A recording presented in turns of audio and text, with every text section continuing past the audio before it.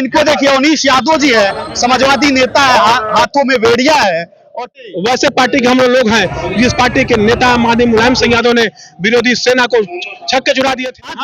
जब भी भारतीय जनता पार्टी की सरकार आती है तो आतंकी हमले लगातार हो रहे हैं। आखिर भारतीय जनता पार्टी के लोग कहाँ थे?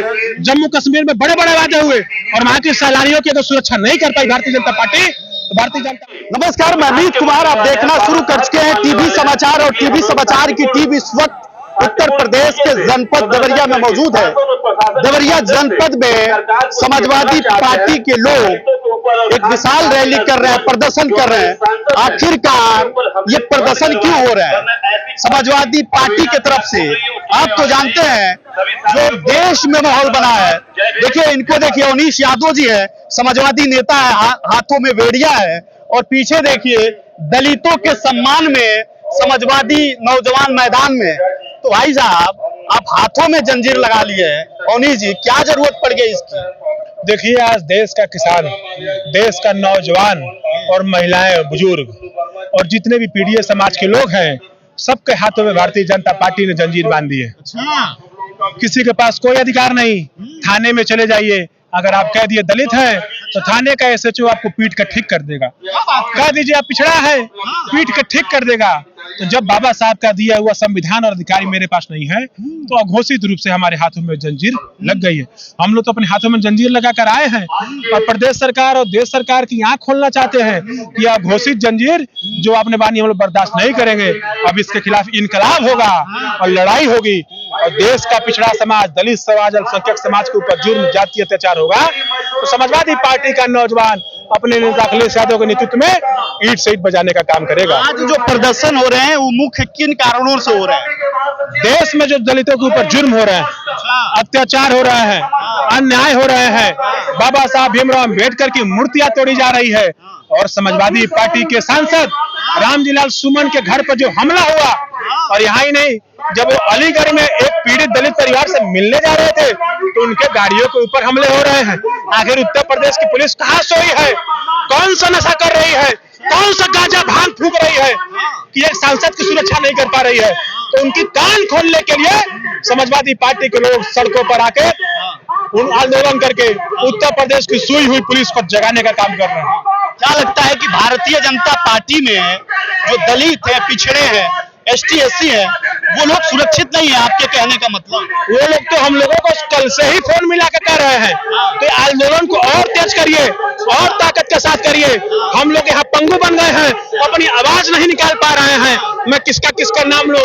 बड़े से लेकर छोटे नेताओं ने निवेदन किया कि आदरणीय समाजवादी पार्टी के लोगों, आप लोग आंदोलन की तरह धार दीजिए कि भारतीय जनता पार्टी जो सामंती व्यवस्था पर चल रही है, जो केवल जाति विशेष के लोगों पर लेकर चल रही है, उसके कानों पर जूरेंगे और सबकी बात करें। विपक्ष एक और आवाज उठा रहा है, वो कह रहा है कि अखिलेश यादव जी का और बाबा साहब अम्बेडकर जी का एक बैनर पोस्टर वायरल हो रहा है। बाबा साहब से जोड़कर देखा जा रहा है अखिलेश यादव को। तो क्या कहेंगे? क्या इस पे बाबा साहब का कुछ अपमान हो रहा है? क्या इस पे भारतीय जनता पार्टी कह रही है कि बाबा साहब का अब अपमान हो रहा है अखिलेश यादव का? ये तो अच्छी बात है कि हम देश के महापुरुषों को आत्मसात कर रहे हैं। हम लोग बचपन में स्कूलों में पढ़ते थे तो हम लोग को महाराणा प्रताप कोई बनाता था, कोई भगत सिंह बनाता था, कोई बाबा साहब भीमराव अम्बेडकर बनाकर झांकी निकालता था। तो क्या उनका अपमान होता था? महापुरुष सबको अगर हम आत्मसात कर रहे हैं तो भारतीय जनता पार्टी को बर्दाश्त नहीं होगा। भारतीय जनता पार्टी तो वीर सावरकर को मानने वाली है, जो माफी पे माफी लिख कर दिए तो उनको बुरा लगेगा ही।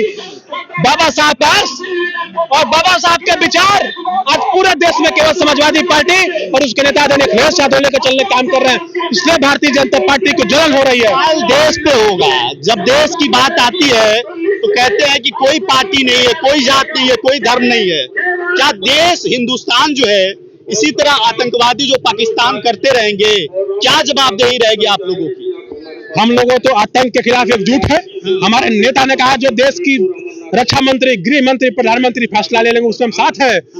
देश के पूर्व रक्षा मंत्री मुलायम सिंह यादव ने एक बार कहा था कि अगर हमारी सेना को कोई कमजोर समझने की समझता है तो हम लोग दुश्मन का मुकाबला उनके छाती पर चढ़ के करेंगे और जंग हिंदुस्तान के बॉर्डर पर नहीं पाकिस्तान और चीन के बॉर्डर पे होगा। ऐसे जंग होगा वैसे पार्टी के हम लोग हैं जिस पार्टी के नेता माननीय मुलायम सिंह यादव ने विरोधी सेना को छक्के छुड़ा दिए थे और भारतीय सेना के बीच में जाकर कहा था कि जंग होगी तो भारतीय सेना में नहीं, विरोधियों के भारतीय सीमा पर नहीं, विरोधियों के सीमा में होगी।